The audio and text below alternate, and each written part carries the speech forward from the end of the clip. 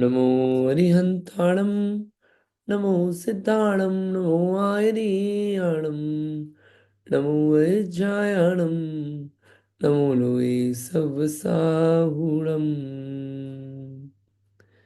जीवं जीवं दवं जिणवरवसहेन जैन निड्डिठं देविन्दुविन्दुवन्दं वन्दे तं सर्वदा शिरसा। ये द्रव्य संग्रह ग्रंथ जो कि द्रव्य का स्वरूप बताएगा, वस्तु का स्वरूप बताएगा। उस वस्तु के स्वरूप में जो सबसे इंपॉर्टेंट वस्तु है, जीव, जीव द्रव्य, जीव द्रव्य कैसा है वो अपन समझ रहे थे। जीव उपयोगमयी और कैसा है, अमूर्तिक है, करता है, संसारी है, भोगता है, दे सदैव परिमाण वाला है, ऊर्ध्वगमन स्वभाव वाला है। ऐसे अलग अलग बातों से अपन ने समझा। कल अपन ने देखा था कि जीव मूर्तिक भी है और अमूर्तिक भी है। ये गाथा अपन ने कल देख ली थी। आज थोड़ा आगे से पढ़ते हैं, फिर पूरी नए वगैरह की बातें करेंगे अपन। गाथा नंबर 8 में जो अपना आगे का पॉइंट था, कौन सा पॉइंट था? जीवो वो गमो अमुत्ति कत्ता। कत्ता यानी कि करता, कि जीव करता है कि अकर्ता है। ये बात को समझाने के लिए आचार्य ने गाथा नंबर 8 लिखी है। गाथा नंबर 8 देखते हैं। अथ निष्क्रिय अमूर्त टंकोत्कीर्ण ज्ञायक एक, ये ऊपर पढ़ रहा हूं मैं यहाँ पे। अथ निष्क्रिय अमूर्त टंकोत्कीर्ण ज्ञायक एक स्वभावेन कर्मादि कर्तृत्व रहित रहित अपि जीवो व्यवहार आदि नए विभागेन कर्ता भवति इति कथयति। आराम से तोड़ तोड़ के पढ़ते हैं, शब्द आपको पकड़ में आते होंगे। अब निष्क्रिय, ठीक है, ये उसके विशेषण बताए हैं।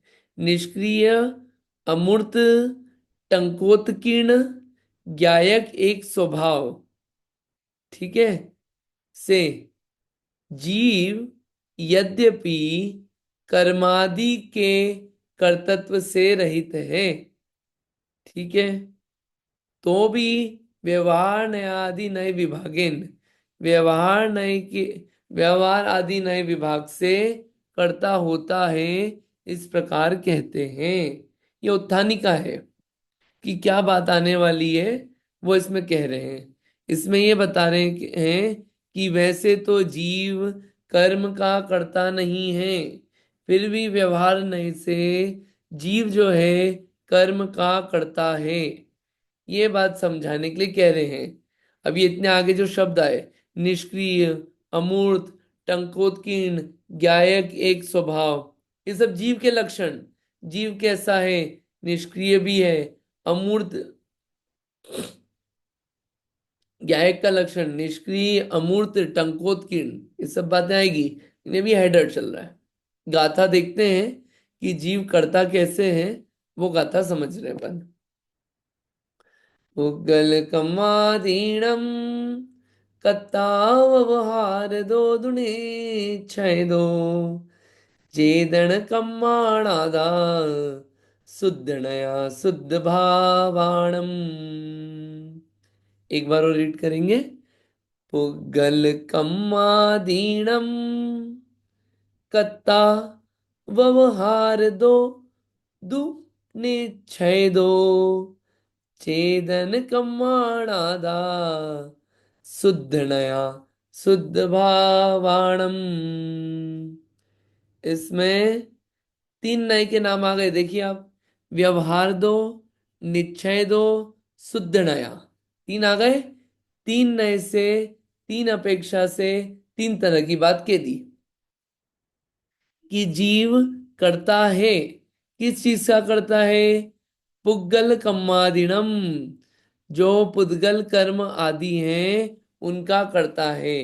कौन है? जीव, ठीक है।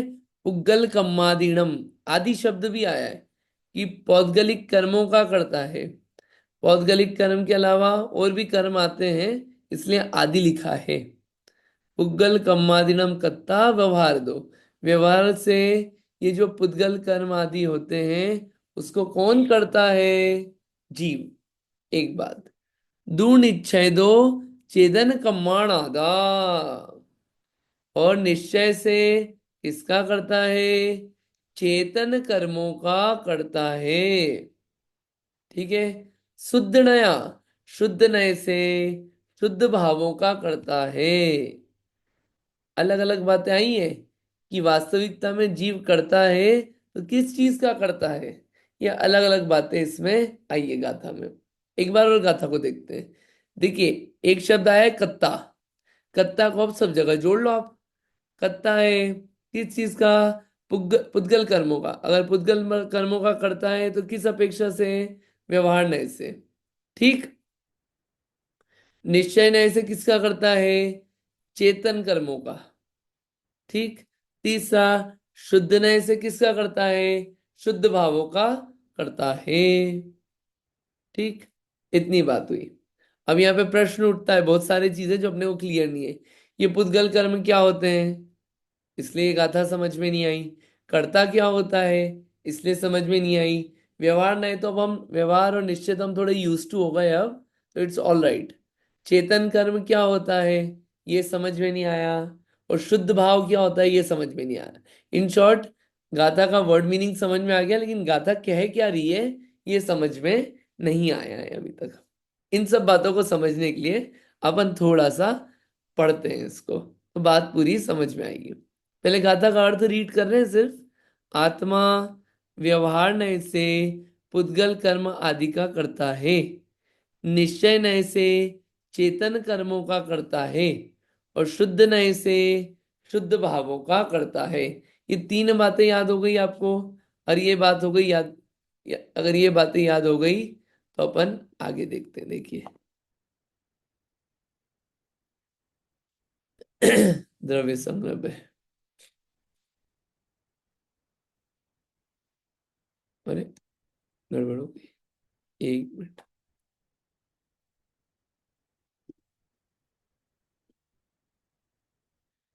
पहले इसके दो चार प्रश्न पढ़ लें, तो फिर क्या है, बात वो समझ में आ जाएगी।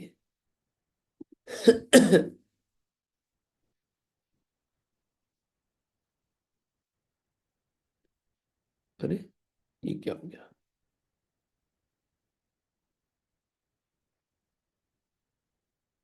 हम्म। वो वाला क्यों नहीं खुल रहा है?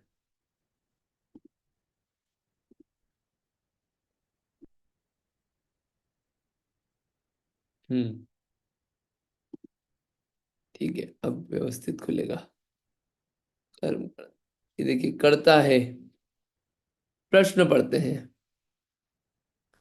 कि पुद्गल कर्म कौन कौन से हैं। ये समझ में आ जाएगा तो बात समझ में आ जाएगी अपने को। पुद्गल कर्म समझ लेते हैं अपन। तो देखिए, ज्ञानावरण, दर्शनावरणी आदि जो 8 द्रव्य कर्म है, ये क्या है? पुद्गल कर्म है। और 6 पर्याप्तियां और 3 शरीर, ये क्या है? 9 कर्म है। ठीक है। ये सब क्या कहलाते हैं? पौद्गलिक। क्योंकि पुद्गल के द्वारा बने हुए हैं। 6 पर्याप्तियां, 3 शरीर और 8 कर्म, ये सब क्या कहलाते हैं? पुद्गल कर्म। इन पुद्गल कर्मों का कर्ता कौन है? जीव है, ऐसा कहा है। चलिए थोड़ा सा बैकग्राउंड में चलते हैं। 8 कर्मों के नाम बताइए, कौन बता रहा है 8 कर्मों के नाम? बोलिए कुसुम आंटी जी, 8 कर्मों के नाम।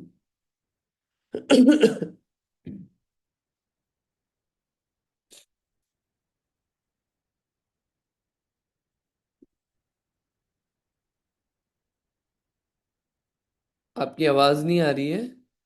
अच्छा, किसी और से पूछते हैं। इंदिरा जी बताइए। सॉरी सॉरी, मैं बोल गई पर। हाँ बोलिए। ज्ञानावण्य, दर्शनावण्य, वेदनीय, मोहनीय, आयु, नाम, गोत्र, अंतराय। बढ़िया। ये 8 कर्म। और इन 8 कर्मों के प्रभेद कितने होते हैं? और भेद करें तो कितने होते हैं टोटल कर्मों के?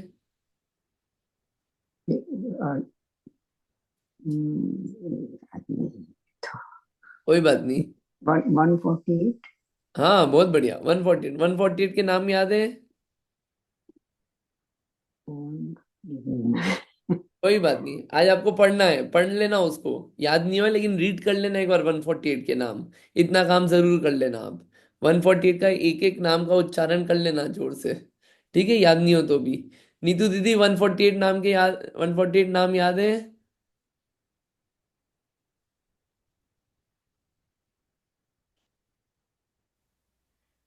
थोड़े भूल गई हूँ जय थोड़े जिनेन्द्र। नहीं, पूरे पूरे याद है क्या? नहीं, अभी मुझे फेरना पड़ेगा एक बारी। अच्छा, रूपसी जी याद है?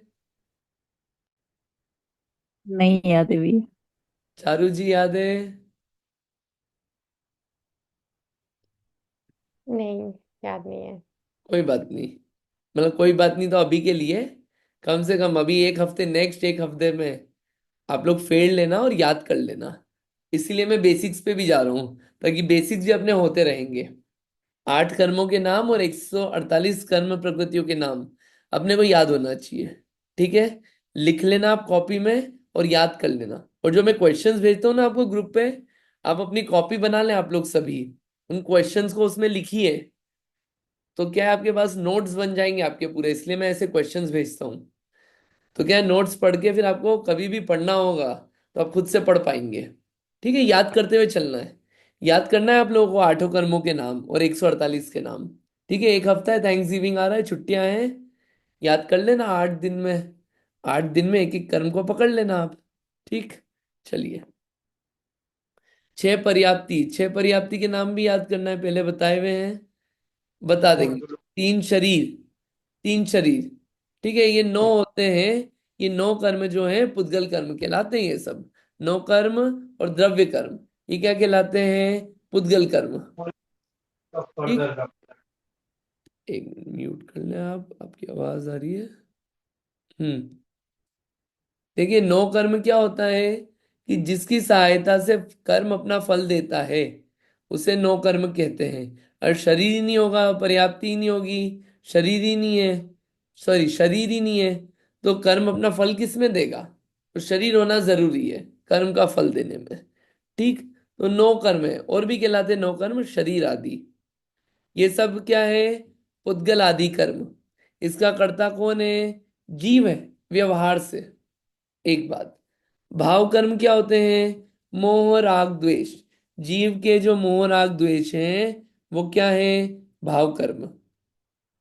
चलिए एक और क्वेश्चन इधर क्लियर कर लें अपन। बोलिए, उमा आंटी जी, राग और मोह में क्या अंतर है?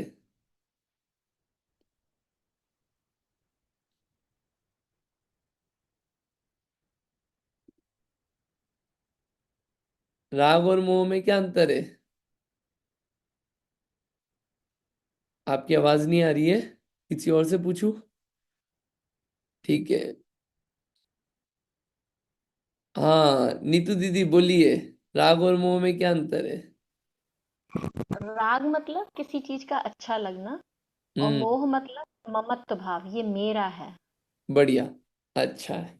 राग यानी किसी चीज को भला जानकर चाहना। ये जो चाहने रूप भाव है, अच्छे रूप जो भाव है किसी वस्तु के प्रति, चीजों के प्रति, वो सब क्या है? राग। और मोह यानी कि मेरा पना जो स्थापित होता है, वो कहलाता है ममत्व भाव। वो क्या है? मोह। ठीक है, तो जो मोह राग द्वेष रूप परिणाम है, ये क्या है? भाव कर्म है। ठीक, दिन रात क्या चलते हैं? दिन रात राग द्वेष मोह, यही तो चलता है।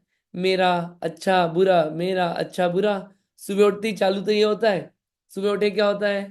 दांत गंदे हैं, द्वेष, द्वेष भाव है, उसको दूर करो, अच्छे चमकाना है, राग भाव। मतलब कार्य होते हैं वो सब अपने, मतलब इतने संस्कार हैं कि लगता ही नहीं कि अरे ये राग द्वेष है इसमें भी। बाल बिखरे हुए हैं, अच्छे नहीं लग रहे, द्वेष भाव। ऑटोमेटिकली इतना ऑटोमेटिक हो गया है कि वो लगता ही नहीं कि कुछ गड़बड़ है यहाँ पे।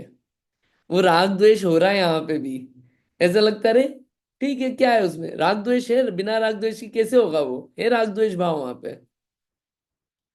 और फिर राग, बाल जम गए, राग है कि नहीं। एक एक चीज से आप देखना, सुबह उठते ही ये सब चालू होता है, और भी रात तक सोने तक, भोजन बना भोजन करा, और फिर सुबह उठते ही शरीर पे ध्यान गया, ये मेरा, मेरे बाल, सब क्या यही तो चलता है दिन भर।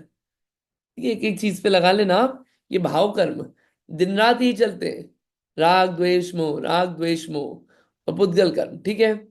अब जीव के शुद्ध भाव, जीव के शुद्ध भाव कौन से हैं? केवल ज्ञान और केवल दर्शन, ये क्या है? जीव के शुद्ध भाव, ठीक है। ऊपर आया था ना उपयोग में भी, है ना, शुद्ध ज्ञान शुद्ध दर्शन। तो वो केवल ज्ञान और केवल दर्शन है, वो जीव के शुद्ध भाव है। शुद्ध क्यों है? कि उसमें कुछ भी गंदगी नहीं है, कोई कर्म नहीं है, सिर्फ जीव का है स्वाभाविक रूप है, केवल ज्ञान और केवल दर्शन स्वरूप, ठीक। आगे डेफिनेशन, कर्ता। व्हाट इज कर्ता? कर्ता यहाँ पे आइए, क्रिया या कार्य को करने वाले को कर्ता कहते हैं। यहाँ पे एक ये डेफिनेशन लिए, एक डेफिनेशन होती है, यह परिणमती सह कर्ता, जो उस रूप बने उसे कहते हैं कर्ता, जो उस रूप बने उसे कहते हैं कर्ता। एक डेफिनेशन ही आती है समय सारणी में, वास्तविकता में तो, जैसे कि रोटी बनी, रोटी का कर्ता कौन? व्यक्ति है, चूल्हा है, चक्की है, कौन है? तो कहा कि वास्तविकता में तो रोटी का कर्ता वो स्वयं आटा है या गेहूं है, क्योंकि जो गेहूं था, गेहूं ही स्वयं किस रूप में कन्वर्ट हुआ? रोटी रूप में। तो वास्तविक कर्ता कौन है? वही जो उस रूप में कन्वर्ट हो, जो उस रूप में परिणमे, वो उसका कर्ता, ठीक है। इन व्यवहार से और भी बातें आती है, किसने करा, क्या हुआ? भैया इसने बनाई, ये करता है, ऐसा बोल दिया, वो अलग चीजें हैं।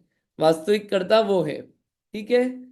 कर्ता की डेफिनेशन, यह परिणमती सकर्ता, जो उस रूप में परिणमे, जो उस रूप में बने, उसे कर्ता कहते हैं, ठीक। चलिए आगे, नौ कर्म किसे कहते हैं? तीन शरीर और छह पर्याप्ति के योग्य पुद्गलिक वर्गणा को नौ कर्म कहते हैं। पौद्गलिक वर्गणा जितनी भी है जिससे शरीर और पर्याप्ति बनती है, उसे नौ कर्म कहते हैं। चलिए इतनी बेसिक फंडामेंटल क्लियर हुए। अब अपन आगे के तीन चार क्वेश्चन और पढ़ते हैं, फिर गाथा पे वापस जाएंगे। पढ़िए इसको। हाँ जी, पढ़िए उमा आंटी जी। जीव व्यवहार नय से किसका करता है? पढ़िए।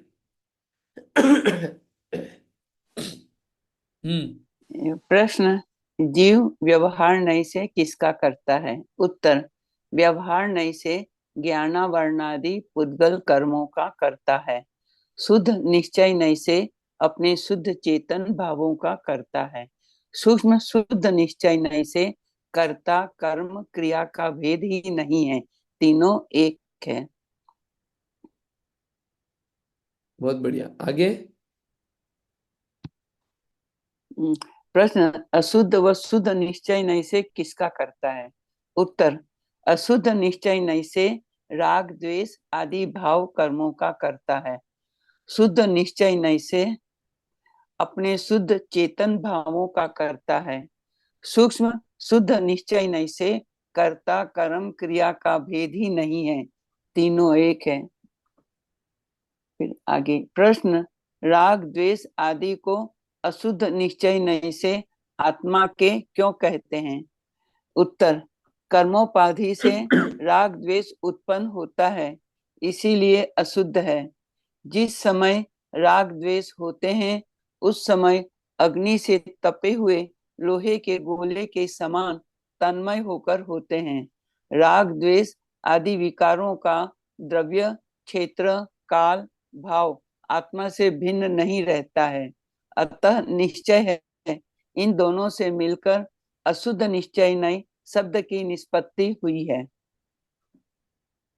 बढ़िया, देखिए तीनों बातों को समझ लेते हैं। व्यवहार नय से किसका करता है? ज्ञानावरणादि पुद्गल कर्मों का, नौ कर्मों का, इन सब का करता है कौन? जीव। व्यवहार नय से, व्यवहार नय याद है ना आपको? व्यवहार नय क्या करता है? बाहर से देख के बोलता है बातें, बहिरंग विषय को फोकस करके बोलता है, अंतरंग विषय को फोकस करके नहीं बोलता है। ठीक है, मिला जुला के बात करता है। बोलिए नीतू दीदी। इसका मतलब क्या है? घट पटादिक का करता है। हाँ, घट पट आदिक। घट बोलते हैं घड़े को, पट बोलते हैं कपड़े को। ठीक है, घट पट आदिक, और भी दुनिया भर की चीजें आप सारी लगा दो। जो जो चीजें बनती है उसका कर्ता कौन है? जीव है, व्यवहार नहीं से। ठीक है, ये सब व्यवहार नहीं से। अभी रोटी का दिया था ना, रोटी का कर्ता कौन? वास्तविक कर्ता तो गेहूं या आटा स्वयं है, क्योंकि वो ही उस रूप में कन्वर्ट हुई है। लेकिन फिर भी व्यवहार से आप बोल लो कि जीव उस रोटी का कर्ता है, व्यवहार से बोल दो आप। वास्तविकता क्या है? वो गेहूं है उसका कर्ता, जिसके बिना काम नहीं चले, वो वास्तविक कर्ता। ठीक। या थैंक यू। नेक्स्ट, ये व्यवहार नहीं हुआ। अब अशुद्ध व शुद्ध निश्चय से किसका करता है? अशुद्ध निश्चय से राग द्वेष आदि भाव कर्मों का करता है। अशुद्ध निश्चय, अशुद्ध निश्चय याद आया आपको? अशुद्ध पर्याय को जीव का कहना। ठीक है, यानी कि ये जो अशुद्ध अवस्था है, जो राग द्वेष मोह जीव में हो रहे हैं, उसका कर्ता कौन? स्वयं जीव। जीव है। तो ये किस अपेक्षा से बोला है? निश्चय नहीं की बात है। उसके अंदर में झांक के देख रहे, लेकिन क्या है? अशुद्धता देख रहे हैं अंदर में। तो अशुद्ध निश्चय नहीं से देखोगे तो जीव क्या काम करता है? गंदगी वाले काम कर रहा है। कौन से? राग द्वेष मोह रूप कार्य कर रहा है। वो भी दिख रहा है हमको, वो चश्मा पहना तो। अब चश्मा बदला, बहुत गंदगी देख ली, बहुत बाहर झांक लिया, थोड़ा और अंदर चलो, थोड़ा सा देखो, सफाई को देखो। अच्छा, तो शुद्ध निश्चय से अपने शुद्ध चेतन भावों का करता है। चेतन भाव यानी कि जानने देखने रूप जो भाव है, केवल ज्ञान केवल दर्शन स्वरूप, इन भावों का कर्ता कौन है? स्वयं जीव है। ये शुद्ध निश्चय से। अब देखिए, इसमें शुद्ध पर्याय का कर्ता जीव कहा। शुद्ध निश्चय हुआ ना, शुद्धता का करता है जीव। और अब सूक्ष्म शुद्ध निश्चय नहीं बोलो या परम शुद्ध निश्चय नहीं बोलो, इसमें देखो, ना कोई कर्ता है, ना कोई कर्म है, ना कोई क्रिया है, तीनों एक ही है। जीव ही करता है, जीव ही कर्म है, और जीव ही क्रिया है। ठीक है, कर्ता ने कर्म को करण से, वो सब आता है ना विभक्तियां, ऐसे 7 विभक्तियां लगती है इसमें भी, और उससे पूरी वास्तविकता समझ में आती है। वो पढ़ेंगे कभी प्रवचन सार में, तो बहुत अच्छे से दिया है। लेकिन अभी इतना बताते हैं, कर्ता कर्म क्रिया कि जीव ही जीव का करता है और जीव को ही करता है। क्रिया भी जीव है, करने वाला भी जीव है, और काम भी जीव बना। ये सब क्या है? मतलब वहां पे कोई भेद प्रभेद कुछ नहीं है। अखंड स्वभाव का जहां चलता है, वो क्या है? सूक्ष्म शुद्ध निश्चय है या परम शुद्ध निश्चय है। तो जीव उसका करता है। अब देखिए, ये वेरिएशन आपको दिख रहे होंगे, आप चकराना मत। इन वेरिएशन दिख रहे हैं आपको कि आचार्य कहाँ लेके जा रहे हैं? बाहर से पकड़ाया चीजों को और पूरा कोर में लेके जा रहे हैं, उसके कोर में। सिर्फ बाहरी बाहरी माल नहीं दिखा रहे, अंदर का माल दिखा रहे हैं कि अंदर से कैसा है जीव। पहले क्या है? संसारी जीव है, लो उसको बाहर से समझाएंगे जीव, कि देखो जीव को समझना है ना, जो करता है वो जीव है। अच्छा, हमको तो जीव को पकड़ना है। कैसे पकड़े? देखो, ये कर्म, नो कर्म, ये हो रहे ना ये सब, कौन इसको कर रहा है? कर्म कौन बांध रहा है? कर्म कौन कर रहा है? ये सब जीव कर रहा है। ऐसा जो करे वो जीव है, उसको जीव समझ लेना। लेकिन देखो, सर्वथा उसको मत मान लेना, स्टार्टिंग पॉइंट है वो। तो क्या है? व्यवहार नहीं से। फिर थोड़ा और बताओ जीव अंदर से। तो बोलिए चारू जी, कोई क्वेश्चन है आपको? पहले आप बोलिए। हाँ, इसमें जो ये शुद्ध चेतन भाव लिखा हुआ है, ये शुद्ध चेतन भाव क्या होते हैं? हाँ, शुद्ध चेतन भाव यानी कि ये जो शुद्ध भाव है ना, केवल ज्ञान, एक मिनट, नहीं, एक मिनट, सॉरी, माय बैड। शुद्ध चेतन भाव, ओके, हाँ, मैं वो गलत उसमें बता गया था। Thank you. शुद्ध चेतन भाव, एक मिनट, टीका में देखते हैं। आत्मा चेतन का, लता आंटी जी आप बता सकते हैं क्या शुद्ध चेतन भाव को शुद्ध ज्ञान दर्शन से कैसे डिफरेंशिएट करें? बस ज्ञान दर्शन की परिणति को लिया जाएगा, जो ज्ञान दर्शन हो रहा है इसी को लिया जाएगा शुद्ध चेतन भाव में। वो परम शुद्ध चेतन भाव में और आगे का आएगा। अच्छा इसमें तो हाँ, अच्छा, शुद्ध जो ज्ञान दर्शन का व्यापार चल रहा है उसी को लिया जाएगा शुद्ध चेतन भाव में। ओके, शुद्ध चेतन भाव जो जानने हम्म, देखने का काम चलता है, वहां पे सामान्य से जानना देखना जो भी चल रहा है वो शुद्ध चेतन हाँ। भाव है। शुद्ध चेतन कर्म, जानने देखने का कर्ता कौन है? जीव है। हम्म, ये कौन सी जी। अपेक्षा से? शुद्ध नहीं की अपेक्षा से। लेकिन जानने देखने में भी पूर्ण जानना देखना, ये क्या है? केवल ज्ञान केवल दर्शन, वो क्या है? परम शुद्ध निश्चय है। इसे बोल रहे हैं कि वास्तविक स्वभाव तो क्या है? पूर्ण जानना देखने का स्वभाव है। तो पूरे कोर में लेके जा रहे हैं।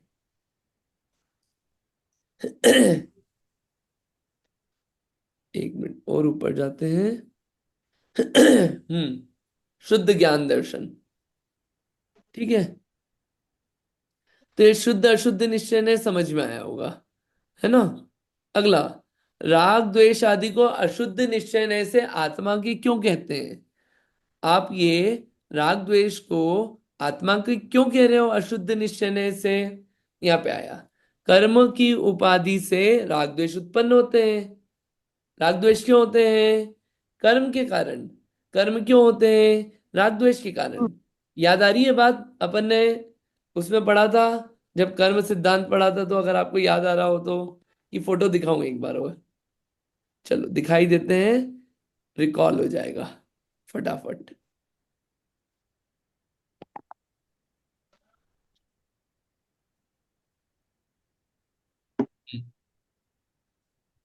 ये पांचवा है ना, आठवें अध्याय में है।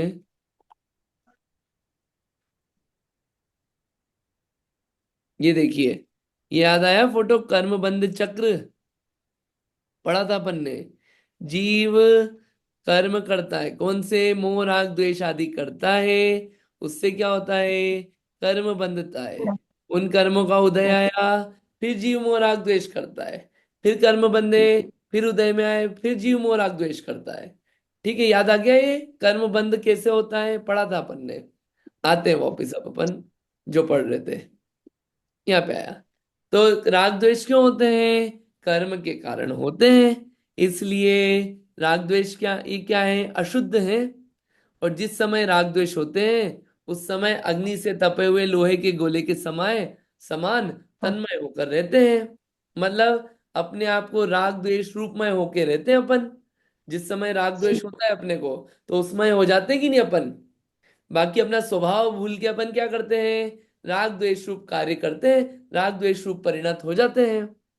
एग्जाम्पल दिया था ना कि गंदे हैं, दांत गंदे दिख रहे हैं, उठे, आंखों में कचरा आ रहा है, तो क्या है? जो अपना उपयोग है वो किस रूप हुआ? मलिन उपयोग रूप चल रहा है उस वक्त। जानने देखने का कैसा चल रहा है? राग द्वेष रूप चल रहा है। शुद्ध जानना देखना नहीं चल रहा है, राग द्वेष रूप। ठीक, तो उस रूप हुए ना अपन, उस रूप तन्मय हो गए। तो राग द्वेष आदि विकारों का द्रव्य क्षेत्र काल भाव आत्मा से भिन्न नहीं रहता। अतः निश्चय है कि जहां ये राग द्वेष रूप हुआ, इन दोनों से मिलकर अशुद्ध निश्चय नए शब्द की निष्पत्ति हुई। अशुद्ध अवस्था जीव की है, इसलिए क्या बोला वहां पे? अशुद्ध निश्चय नए से राग द्वेष आदि को आत्मा का बोला। अशुद्ध पर्याय से देखोगे तो, शुद्ध पर्याय से देखोगे तो किसका करता है?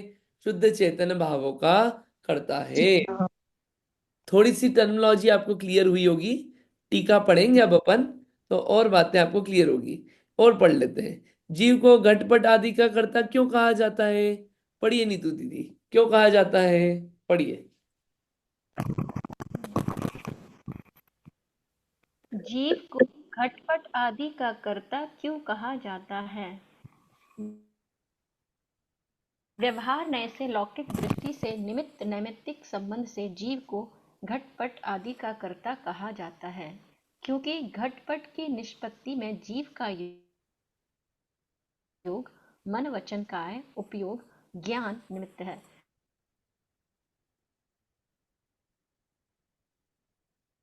आपकी आवाज अतः आत्मा घटपट आदि का कट रही है।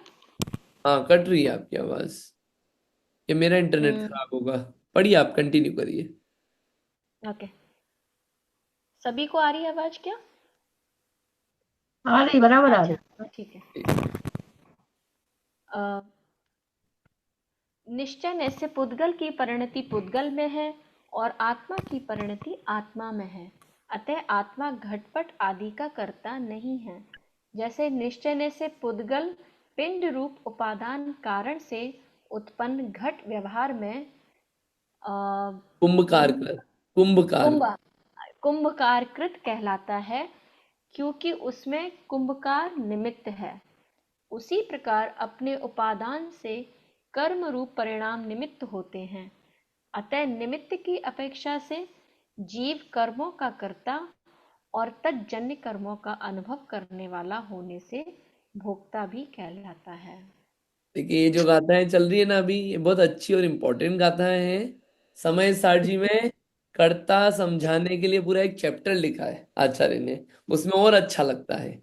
ये तो स्टार्टिंग समय सार जी की 100 नंबर की गाथा में है ना भैया, ये 100 नंबर की। ना हाँ घट करे ना पट करे ना अन्य द्रव्यों को करे, कर्ता कहा तद्रूप परिणत योग और उपयोग का।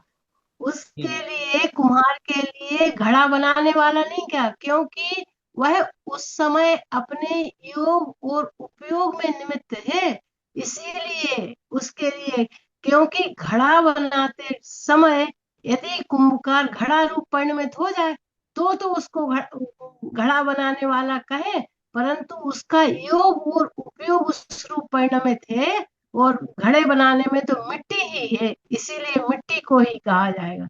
100 नंबर की गाथा। हाँ हाँ, इस बराबर। तरह का। ये हाँ, कर्ता का कॉन्सेप्ट क्लियर करने के लिए गाथाएं खूब सारी दी गई है। यहाँ पे तो अपन एक गाथा में समझ रहे इंट्रोडक्शन है। आप डरना मत, मैं फिर आपको रोज यही बात बोलूंगा। अभी 12-14 गाथा तक आप डरना मत, इसलिए स्लो चल रहे हैं अपन। उसके बाद बहुत और आसान हो जाएगा ये सब बातें। ठीक है, मैं रोज ही आपको बात बोलूंगा, आप डरना मत, छोड़ना मत, पूछते रहना सब लोग। देखिए इसमें क्या आया कि लौकिक दृष्टि में क्या है कि जैसे मान लीजिए कोई कपड़ा बना या कोई घड़ा बना। घड़ा देखते हैं अपन, घड़ा बना मिट्टी का। तो मिट्टी का घड़ा बना, उसमें क्या क्या चीजें लगी? मिट्टी लगी, डंडा लगा, चाक लगा, कुंभकार लगा, घड़ा बनाने वाला।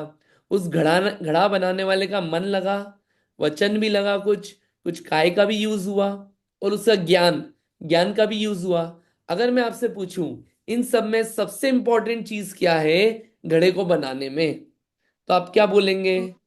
वो ऑप्शन में ही नहीं दिया मैंने, क्या? मिट्टी। सबसे इंपॉर्टेंट है मिट्टी। अगर मिट्टी नहीं होगी तो घड़ा कैसे बनेगा? और ऐसी चीज जो कि पहले भी थी और बाद में भी थी, क्या है वो? मिट्टी। बराबर। मिट्टी पहले भी थी, घड़े रूप में भी मिट्टी है। मिट्टी है ना उसमें भी। तो सबसे इंपॉर्टेंट क्या है जो था और जो रहेगा? मिट्टी। और मिट्टी के बिना घड़ा नहीं बनेगा, उसके बिना तो काम हो ही नहीं सकता। और मिट्टी ही घड़े रूप में बनी है। तो मेन घड़े का कर्ता कौन है? मेन मिट्टी। और बाकी जो लोग हैं, मान लो बाकी वो जो कुंभकार है बनाने वाला, वो क्या है? वो निमित्त है, हेल्पफुल है। क्यों? उसने अपना कुछ अंश दिया है हेल्प हेल्प का, तो निमित्त है। लेकिन क्या कुंभकार का बनाने वाले का कुछ भी पोर्शन, कुछ भी पार्ट, मन वचन काय, कुछ उस घड़े में गया क्या? नहीं गया। उसने अपना कुछ नहीं दिया। जो कुछ दिया है सब कुछ देने वाला कौन है? मिट्टी। तो मिट्टी इज द कर्ता, जो सब कुछ दे वो कर्ता, और बाकी सब हेल्पफुल है, निमित्त है। ठीक है। लेकिन फिर भी लोक रीति में, लौकिक दृष्टि से निमित्त नैमित्तिक संबंध जहां होता है, वहां पे व्यवहार से बोल देते हैं कि ये इस घड़े को किसने बनाया? ये इस कुंभकार ने बनाया। व्यवहार की भाषा में बोल दिया कि भैया ये कुंभकार ने बनाया है, लेकिन उसका वास्तविक कर्ता कौन है? वो मिट्टी है। तो यहाँ पे दुनिया में आप जितनी भी चीजें देखेंगे, इसका वास्तविक कर्ता कौन है? व्यवहार से कर्ता मैंने बनाई रोटी। ठीक है, ये क्या हुआ? ये कर्तृत्व भाव कैसा है? व्यवहार से ठीक है, आप हेल्पफुल थे। ठीक है, ये लौकिक काम चलाने के लिए चल रही है बातें। जैसे के लिए जी। एक और एग्जांपल, व्यवहार नहीं का क्या यूज है, एक और एग्जांपल यहाँ पे कनेक्ट होगा। आपने घर में बोला अपने बेटे को या बेटी को कि जाओ घी का डब्बा लेके आओ। वो आपसे पूछेगी नहीं या पूछेगा नहीं कि मम्मी घी का डब्बा तो कुछ बना हुआ ही नहीं है। इतनी समझदारी है लौकिक में चलाने की कि उसके अंदर घी भरा है, बाहर स्टील का है, इसलिए उसको घी का डब्बा बोल रहे हैं। बिना चू चपाट करे चुपचाप घी का डब्बा ला देंगे, वहां पे कोई जोक भी नहीं होएगा। ठीक, लेकिन समझ में कितनी समझदारी है, काम चलाने के लिए ऐसा कर रहे हैं। तो बोलने में ऐसा थोड़ी बोलेंगे कि जाओ बेटी एक डब्बा ऐसा है जिसके अंदर घी रखा हुआ है, ऐसे डब्बे को लेके आओ। इतनी लंबी बातें थोड़ी, कीपिंग इट शॉर्ट सिंपल, काम चलाना है, काम चला रहे। ऐसे ही काम चलाने के लिए रोटी किसने बनाई? मैंने बनाई। बोलने के लिए हो गया, व्यवहार चलाने के लिए। लेकिन वास्तविक कर्ता कौन है उस रोटी का? रोटी का कर्ता है वो 8। आटा। अपन ने मान लो कोई अच्छी पोएम लिखी हाथ से, कोई बोले राइटिंग कितनी अच्छी है, उस राइटिंग का कर्ता कौन? व्यवहार से बोलने के लिए अपन है, बोलने के लिए बोला जा रहा है दुनिया में कि ये लेखक कौन है ये, लेकिन एक्चुअल में कर्ता कौन है उसका? वो पौद्गलिक शब्द हैं या इंक पेन है, जो भी आप समझ लो। हमारे आचार्य इतनी सारी बातें लिख के गए, कभी नहीं बोला उन्होंने कि इस ग्रंथ का कर्ता मैं हूं। नहीं, हम्म। वो तो यही बोलते हैं, ये देखो ये अलग अलग अक्षर थे, अक्षरों से शब्द बन गए, शब्द से लाइनें बन बन, लाइनों से पेज बन गया, पेज से ग्रंथ बन गया, मैंने कुछ नहीं किया। तो यहाँ पे कर्तापना जो है, हर चीज में जो ये एक मेन बुद्धि बिठा रखी, कौन सी कर्त। नीतू दीदी बोलिए आप, आपका क्वेश्चन, फिर आगे चलेंगे। सॉरी, बोलिए। हाँ, मेरा क्वेश्चन नहीं है। मैं एक ऐसे एग्जाम्पल में हम लोग बोलते हैं ना, अरे आपने सब्जी बड़ी अच्छी बनाई है। हम्म। तो सब्जी तो अच्छी नहीं बनती अगर उसमें एक भी इंग्रेडिएंट्स अगर नहीं होता तो बेसिकली जो आप बता रहे हैं कि जो अगर मसाले नहीं हैं वो वाले, तो वो सब्जी कभी अच्छी नहीं बन सकती है। तो हम उसके कर्ता नहीं है सब्जी अच्छे बनाने के। वो जो सामान है उससे बन रहा है अच्छा सामान।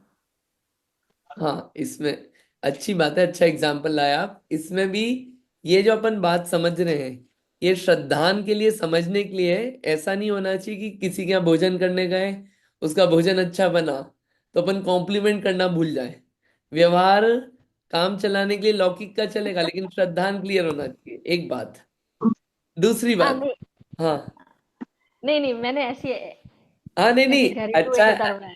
नहीं नहीं, आई नो आपको वो क्लियर है। बट वो क्या है कि ऐसा नहीं हो कि वो अपने एक पक्ष पकड़ लिया और दूसरे पक्ष को भूल ही गए। श्रद्धान में क्लियर होना चाहिए, जो आपने बोला मसाले का, मसाले वगैरह जो हैं वो भी करता नहीं है सब्जी के वास्तविकता में, क्योंकि वो भी अलग है। जो सब्जी है स्वयं सब्जी की करता है। पता है क्यों? क्योंकि सब्जी थी और सब्जी से ही सब्जी बनी है। वो सब्जी ही पकी है या कच्ची हुई है, जैसी भी हुई है उस फॉर्म में, मसाले वगैरह भी बाहर के करता है। और जो अपन है वो तो और भी बाहर के करता है। अब देखो कितनी लेयर है उसमें कर्तापने की भी। अच्छा, तो मसाल मेरा यही प्रश्न था, जो मसाले हैं वो भी निमित्त हैं? हाँ, वो भी निमित्त है। वास्तविक हम्म। कर्ता तो वो सब्जी स्वयं है। जैसे भिंडी बनाई आपने, तो भिंडी की सब्जी का कर्ता कौन? वो भिंडी स्वयं, क्योंकि भिंडी हम्म। उस पकी हुई भिंडी रूप में कन्वर्ट हुई। मसाले वगैरह तो बाहर से चिपके हुए हैं, वो उसके निमित्त रूप में हो रहे हैं। ठीक है, कह देंगे ये करता है, अच्छे मसाले थे, हाँ। इन अच्छे मसालों के कारण अच्छी सब्जी बनी।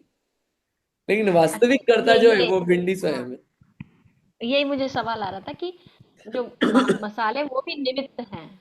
हम तो हम्म। निमित्त हैं ही, लेकिन मसाले भी निमित्त हैं।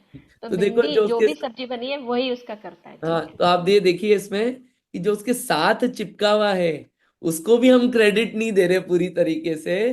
तो जो दूर खड़ा हुआ है, जिसने थोड़ा बहुत हाथ घुमाया, उसको कैसे क्रेडिट देते? तो यहाँ पे ये क्या है, ये दृष्टियां समझ में आती है कि चीजें काम कैसे हो रहा है। हाँ जी, चारू जी बोलिए। तो अगर जैसे भिंडी की सब्जी के टेस्ट की बात करें तो टेस्ट का करता तो मसाले ही हुए ना। टेस्ट का कर्ता। जैसे नमक हुआ एटलीस्ट। भिंडी की सब्जी का टेस्ट, हाँ ठीक है, नमक ले लो आप, हाँ नमक मिर्ची ठीक बात है। तो उसको हम किस ढंग से देख रहे हैं उसके हिसाब से हमारा कर्ता भी चेंज हो जाता है। राइट, अगर आप टेस्ट के हिसाब से आंसर देख नहीं रहे आए हैं तो तो उसमें आप देखिए फिर आप क्या है, अगेन बोलने में चल रहा है वो, आप सही बोल रहे हैं, बोलने में सही चल रहा है वो कि ये भिंडी की सब्जी अच्छी बनी है। लेकिन जो आप टेस्ट बोल रहे हो ना, वो आप किसका बोल रहे हो, नमक का, दूसरी वस्तु का बोल रहे हो। अब मिला जुला के बात कर रहे हो वहां पे आप, दो चीजों राइट। को मिला जुला के बात कर रहे हो आप। तो जहां मिला जुला के बात हो रहा है वो वास्तविकता वाला नहीं हो रहा है, वो सब व्यवहार का कथन है मिला जुला के। ओके। और ठीक अब है। आप अगर नमक, अगर अब मसाले आप में आंसर नमक की नहीं बात आए कर तो रहे हो, हाँ। अब आप नमक के टेस्ट की बात कर रहे हो या मिर्ची की बात कर रहे हो, जब आप बोल रहे हो ना भिंडी अच्छी झन्नाटेदार है, तो आप किसकी बात कर रहे हो, मिर्ची की बात कर रहे हो।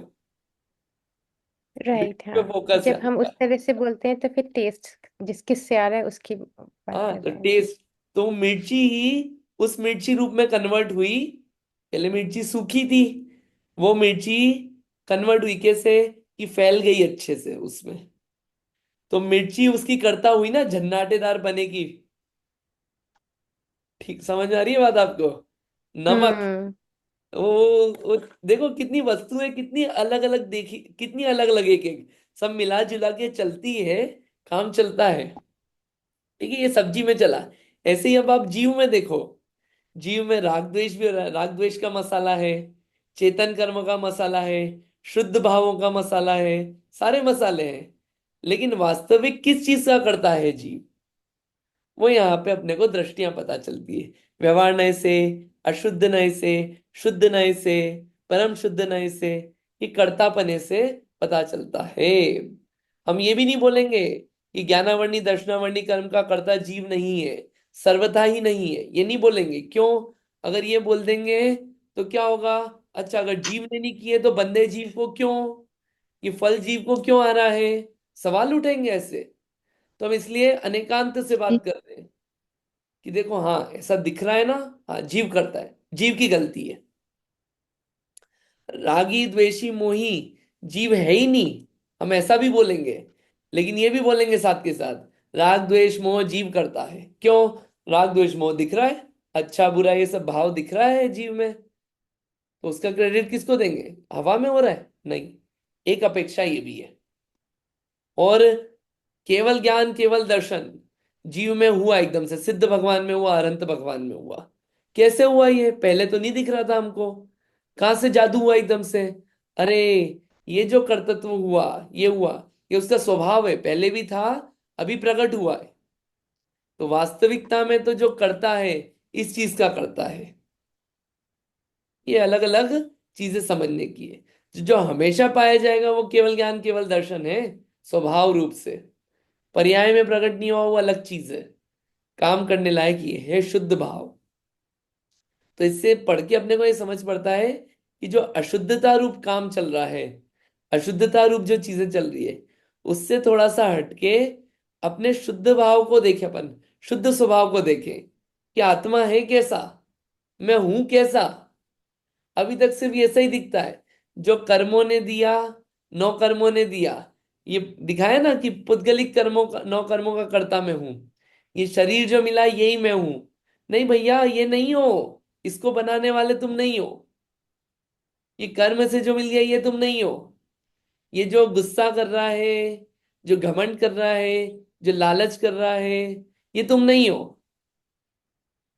जो द्वेष कर रहा है ये तुम नहीं हो, इससे हटके कुछ हो। वो सब चीजें इन नयों से द्वारा पता चलती है कि वास्तविकता में चीज कैसी है। गोला होता है ना नारियल, नारियल होता है ना नारियल, साउथ में जाना आप, नारियल क्या होता है, ऊपर से वो पूरा छाल सहित निकलता है। कोई बोले नारियल कैसा है, ऐसा है, नहीं भैया चश्मा बदलो, अंदर देखो, अंदर दूसरे तरीका का है, अंदर हार्ड कवरिंग है। और शुद्ध तरीके से देखो तो कैसा है, अंदर बिल्कुल प्योर सफेदी की झक्कार नारियल है। सारे चश्मे लगा के देखो आपको दिखेगा, बाहर बाहर से देखोगे तो छाल वाला दिखेगा, ऐसे ही बाहर से देखोगे तो लगेगा ये कर्म करने वाला जीव है, कर्म बांधने वाला जीव है। नहीं, सिर्फ वो नहीं, अंदर से देखो कोर्स से। ये मुद्दे की बात है। आई होप ये कर्ता बने का थोड़ी सी क्लैरिटी हुई होगी। आपको और क्लैरिटी लेना हो ना, तो द्रव्य संग्रह में काफी सारे विद्वानों ने, काफी सारे महाराजों ने, काफी सारे लोगों की और भी बातें लिखी होगी, टीकाएं। आप पढ़ना, उसको क्लैरिटी होगी। सबकी आप पढ़ो, सबका अच्छे से पढ़ो। मैं आपको एग्जांपल देता हूँ किन किन का आप सुन सकते हैं। अब जहां से अपने को समझ में आए वहां से बात ले लेना। आ, काफी सारे आचार्यों के, मुनिराजों के प्रवचन है यूट्यूब वगैरह पे। और स्पेसिफिक इस गाथा का मिल जाए, आप उसको सुनो, वहां से समझ में आता है। तो काफी सारे पंडित वर्ग हुए, उनके आप सुनो, उनसे समझ में आए, वहां से पकड़ लो। काफी सारे स्क्रिप्चर्स हैं, स्क्रिप्चर्स में लोग टीकाएं लिख के गए, बहुत सारे, वहां से पढ़ लो आप। बहुत सारी है, मैं टीकाओं के नाम बोल देता हूँ। वर्णी जी लिख के गए, कांजी स्वामी हुए, उन्होंने लिखा। यहाँ पे आचार्यों में विद्यासागर जी महाराज जी के प्रवचन है, या फिर प्रणम्य सागर जी महाराज जी के प्रवचन है। जहां से अपने को समझ में आए, इस कॉन्सेप्ट को क्लियर कर लो आप। ठीक है। और भी पंडित हुए, आप देख लो, जहां से अपने को क्लैरिटी हो वहां से पढ़ लो। और पढ़ना है, समय सार के कर्ता कर्म अधिकार पे चले जाओ, और क्लैरिटी हो जाएगी। आंटी जी ने जो 100 नंबर की गाथा बताई, आप वो पढ़ लो समय सार की। ठीक है। चलिए, बहुत बातें हुई, अब अपन थोड़ा सा मूल पे चलते हैं। पुग्गल कम्मादीणम कत्ता व्यवहार दो दुनिच्छेदो चेतन कम्माणादा शुद्ध नया शुद्ध भावाणाम। अब आज इसकी टीका नहीं पढ़ रहे हैं, टीका नेक्स्ट टाइम पढ़ेंगे। आप थोड़ा इसको पचाना। आज थोड़ा सा क्या, नए का थोड़ा सा ले लें, बचा हुआ था कि क्या है, नई क्लैरिटी होगी, फिर मैं 3 दिन का होमवर्क दे पाऊंगा अच्छे से। तो इसलिए आगे का देखते हैं। देखिए, नए दो दे बताए थे, असद्भुत सद्भुत। असद्भुत क्या करता है, भेद को अभेद बताता है। दो अलग अलग होते हैं, उनको एक बताता है। ठीक है। एग्जाम्पल के लिए, ये शरीर मेरा है और ये घर मेरा है, ये क्या है, असद्भुत व्यवहार नहीं। असद्भुत क्यों, दो अलग अलग द्रव्य हैं, उनको एक बताया, ये क्या है, असद्भुत। उपचरित, जो दूर का है, घर को अपना बताना, ये क्या है, उपचरित। अनुपचरित, ये शरीर मेरा है, ये नाक मेरी है, जहां पे आत्मा के प्रदेश है वहीं पे ये है ना, इसलिए पास का संबंध हुआ। अनुपचरित असद्भुत व्यवहार नहीं। अब आ जाते हैं अपन सद्भूत पे। सद्भुत व्यवहार नहीं क्या होता है, कि वस्तु अखंड है, लेकिन उसमें क्या करता है, भेद करके बता रहा है, तोड़ तोड़ के उस वस्तु को बताता है। उसे क्या बोलते हैं, सद्भुत व्यवहार नहीं। इसके भी दो भेद हैं, इसको समझा दूं पहले, तोड़ के बताना। यानी कि जैसे किसी की जैसे मान लीजिए शादी के लिए लड़का देखने जाते हैं, लड़की वाले क्या देखते हैं, अरे लड़का बहुत अच्छा है, ये क्या बताया आपने, अखंड रूप से कि लड़का अच्छा है। अब इस अच्छे पने को आपको भेद करके बताना है, तो कैसे बताओगे, देखो, जॉब, अरे जॉब क्या करता है, वो तो जॉब करवाता है लोगों से, मालिक है फैक्ट्रियों का, वो भी 6-6 फैक्ट्री। अच्छापना आपने डिफाइन किया ना एक। दूसरा क्या, घर में गाड़ियां हैं, कितनी, 10-10 गाड़ियां हैं, गाड़ियों के नाम बता दिए। तीसरा, घर में 20 नौकर हैं, 5 बंगले हैं। ये सब बातें बताई ना आपने, ये क्या भेद करके बताया वस्तु का, है ना। और भी क्वालिटीज बता दी आपने, ये सब क्या है, अखंड में भेद बताना। अब देखिए, वो तो एक एग्जाम्पल के लिए था, मुद्दे की बात अब देखना आप। उपचरित अनुपचरित, जो भी विभाव भाव हैं, उनको जीव का कहना, ये क्या है, उपचार से कहते हैं। जैसे कि राग द्वेष जीव के हैं, ये क्या है, उपचरित सद्बुद्ध व्यवहार नहीं। क्यों, क्योंकि राग और जीव क्या है, जीव उसमय हो जाता है ना, रागमय, अखंड रहता है उससे, लेकिन फिर भी उसको भेद करके बताना, ये क्या है, सद्भुत। और चूंकि वो विभाव है, वास्तविक नेचर नहीं है जीव का, फिर भी उसको जीव का कहा, क्या, उपचार से। ये क्या हुआ, उपचरित सद्भुत व्यवहार ने। अनुपचरित क्या हुआ? विकसित पर्याय या गुणों को जीव का कहना। जैसे ज्ञान जीव का है, दर्शन जीव का है, चारित्र जीव का है, जीवत्व शक्ति है, चीति शक्ति है, ये सब क्या है? जीव का कहना। ये क्या अनुपचरित? क्यों? क्योंकि वो जीव का स्वभाव है, विभाव नहीं है। ठीक है, ये सब क्या है? अनुपचरित। अभी अपन इसका, अब इसके एग्जाम्पल लेते हैं, फटाफट क्लियर होगा। इसका क्या मतलब था, अविकसित पर्यायों वाला जो ये भी पिछला? एग्जाम्पल से लेना था, लेकिन आपने पूछा है, अपन इसको क्या करते हैं, इसमें इधर ही लेंगे। विकसित अविकसित, अविकसित पर्याय होता है यानी कि मति ज्ञान वगैरह, ये सब क्या है? अविकसित पर्याय। ठीक है, और विकसित पर्याय यानी कि केवल ज्ञान आदि, ये सब क्या है? विकसित पर्याय। अभी यहाँ पे आगे एग्जाम्पल आएगा लिखा हुआ, वहां देखते हैं अपन। जैसे अल्प विकसित पर्यायों के भेद कर उन्हें जीव के कहना। जैसे मति ज्ञान, श्रुत ज्ञान, अवधि ज्ञान, मन परिज्ञान जीव में है। आपने जीव का बोला ना इनको, यानी कि ज्ञान जीव में है, ये वाले ज्ञान, ये ज्ञान की पर्याय। ठीक, अब ये बताइए कि ये क्या है? ज्ञान और जीव अलग अलग है क्या?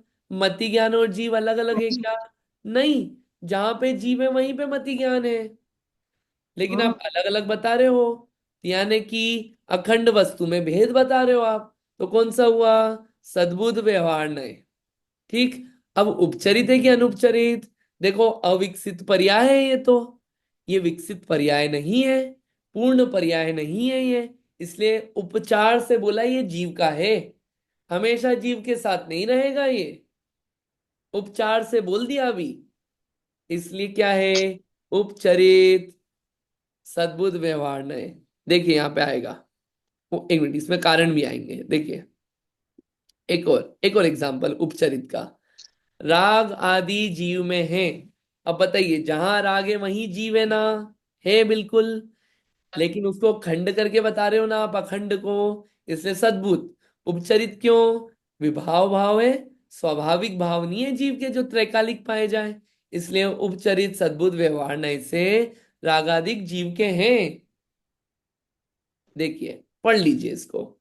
उपचरित क्यों? क्योंकि विभाव है, राग द्वेष विभाव है ना, स्वभाव नहीं है, वस्तु के अस्तित्व में है।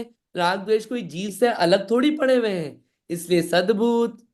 भेद है नहीं पर कहा जाता है।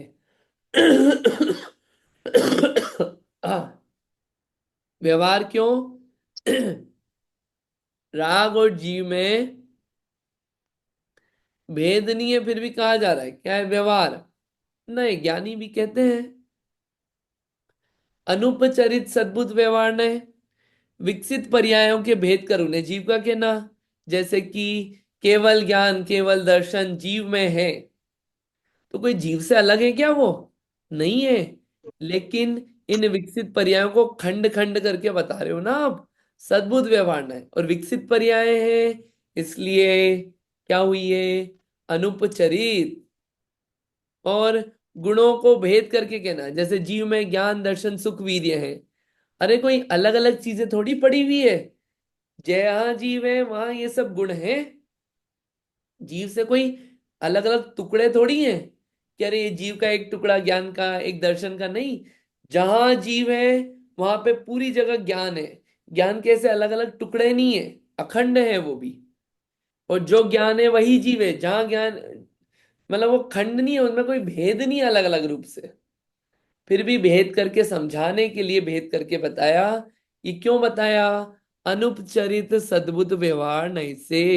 ये देखिए, स्वभाव है इसलिए अनुपचरित, वस्तु में है इसलिए सद्भुत, और भेद है नहीं फिर भी कहा जाता है, इसलिए व्यवहार। क्लियर हुआ क्या कि नहीं हुआ? अब इसका उपयोग क्या है ये बताएंगे कि व्हाट इज द यूसेज। आपने व्यवहार, सद्भुत, असद्भुत ये सब बताया, इसका यूसेज क्या है, और यूसेज बताएंगे। इन आपको थोड़ा बहुत समझ में आया होगा। नीतू दी, समझ में आया क्या कि बहुत जल्दी हो गया? आप सच बोल सकते हैं। नहीं, समझ में आ रहा है। और भी जब उदाहरण से समझाया आपने। ओके। नहीं नहीं, अच्छा बताया, सही है। चारू जी समझ में आया आपको?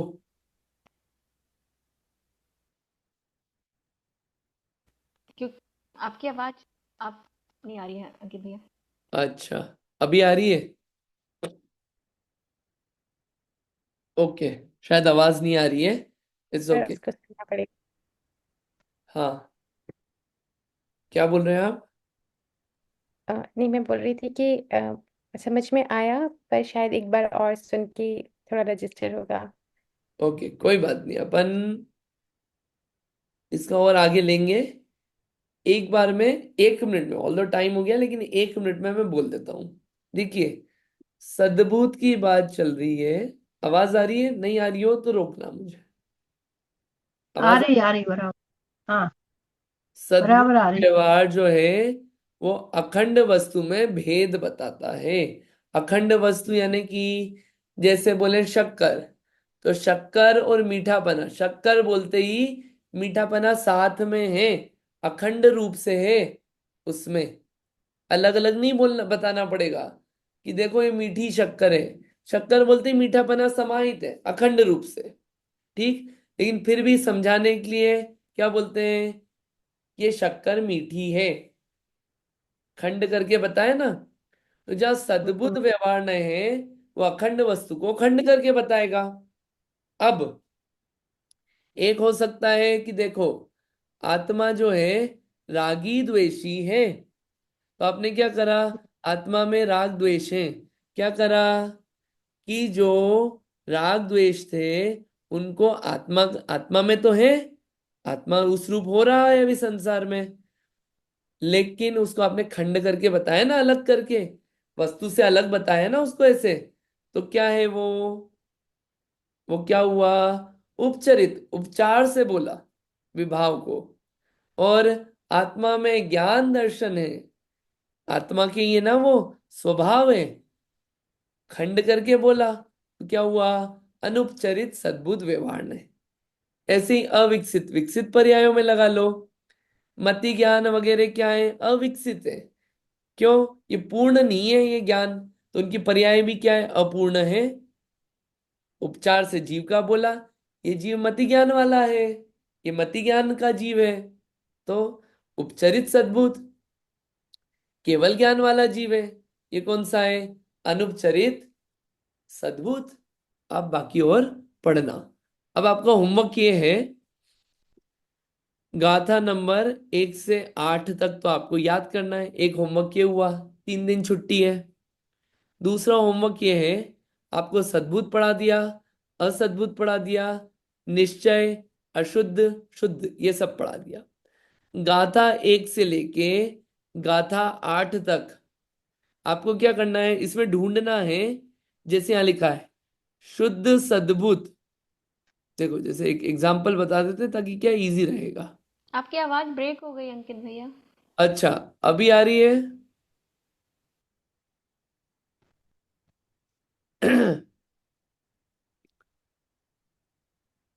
हेलो, हेलो, आवाज आ रही है? ओके। हम्म, हेलो, आवाज आ रही है क्या? अरे, होमवर्क देते समय मिस्टेक हो रही है। एक minute, let me try something.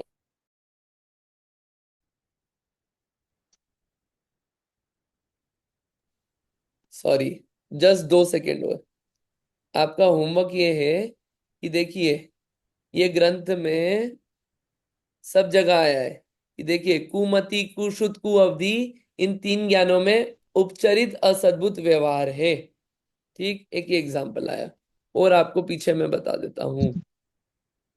हम्म, जैसे यहाँ पे क्या आया, द्रव्य इंद्रिय आदि द्रव्य प्राण अनुपचरित असद्भुत व्यवहार नहीं से जीव है, जीव के हैं, जीव के प्राण है। आपको क्या करना है, आपको कॉपी लेना है, उसमें शुरू से गाथा से चालू होना हेडिंग लिखना, उपचरित असद्भुत, अनुपचरित असद्भुत। अब अनुपचरित असद्भुत के नाम लिखा आपने, एग्जाम्पल क्या क्या आया है वो एग्जाम्पल लिखना आप, और वहां पे गाथा नंबर डाल देना। ठीक है, आपको ऐसे कॉपी में लिखना है। ऐसे ही सद्भुत व्यवहार के जो जो एग्जाम्पल आए हैं वो एग्जाम्पल लिख दो, गाथा नंबर लिख दो। शुद्ध नय के एग्जाम्पल जो जो आए हैं उनके गाथा नंबर लिख दो। आपको इतना काम करके आना है नेक्स्ट टाइम। कर लेना इसको तो नए समझ में आएगा, वरना नहीं समझ में आएगा। क्लियर है होमवर्क? ठीक है, ये होमवर्क कर लेना आप। गाथा तो आप याद कर ही लोगे, और मैं क्वेश्चंस तो होमवर्क में दे ही दूंगा। 3 दिन है, 3 दिन में इतना हो जाएगा। ठीक है, चलिए। ले भैया हाँ, इस वीक कर सकते हैं क्या हम स्किप क्लासेस, क्योंकि अभी छुट्टियां होंगी तो। और इस और वीक स्किप करना है? अगर सबको ओके है तो मतलब। अच्छा, ठीक है। कितनी तारीख से कितनी तारीख तक?